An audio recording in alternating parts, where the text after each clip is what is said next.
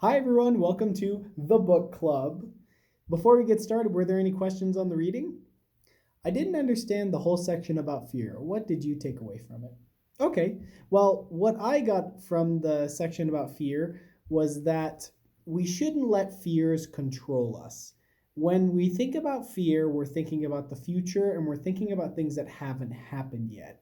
And if we focus on things that haven't happened yet, we miss out on the things that are happening right now.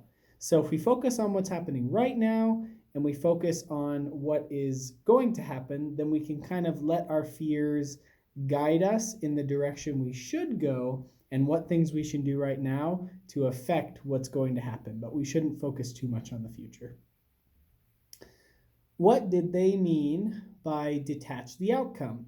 How can you do that if you are accountable for the results? So, I felt that detaching from the outcome is not putting everything and all the pressure on what's going to happen, but kind of linking back with fear, because all of them do link together, linking back to fear that detaching from the outcome is not making sure that that's not the only thing that you're thinking about.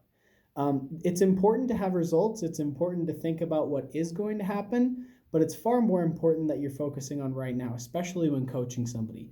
Because if you're coaching somebody on what they should be doing and what they should be, then you're missing out on what they actually need help with right now. And how can you do that if you're accountable for the results? So later, there's another question about accountability and about that section, but I feel that what's more important to being accountable is just owning up to mistakes that happen, because mistakes will happen eventually. Number 3, what things did you find valuable in the active listening section and why? So I felt that active listening is a lot less about using your ears and a lot more about using your mind. And it's a lot of making sure that you're in the moment.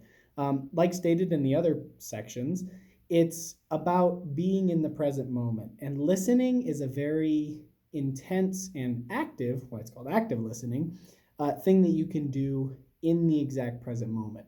So if you're paying attention to somebody right now, it means that you're not thinking about what to say or what they should be doing. Your just ears are totally open and you make sure that you're understanding what they're doing in the exact moment. What is meant by becoming fully accountable? I felt that becoming fully accountable is just making sure that you understand that mistakes will happen, because mistakes will happen.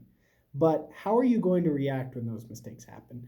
There are infinite excuses, and nothing is ever going to be perfect. So, owning up to a mistake and knowing that it's going to happen is becoming fully accountable. There is no way to control everything. Why would I want to do this? And the exact reason you want to do this is because you can't control everything. Because you can't control everything, all you can do is make sure that you own up to the mistakes that happen. And how you're going to avoid them in the future is not to be afraid of a mistake happening again, but you're going to live in the moment, help your salespeople in the moment, and do everything you can right now, today, that you can help them to change so that the future is going to be better. And if you linger on the mistakes and you linger on what's going to happen, or I can't believe that happened, or I can't believe this is going to happen, then you're not going to make any progress. But if you're living in the moment, teaching them right now as is, then you will have a lot more success. And that's what I got out of the book.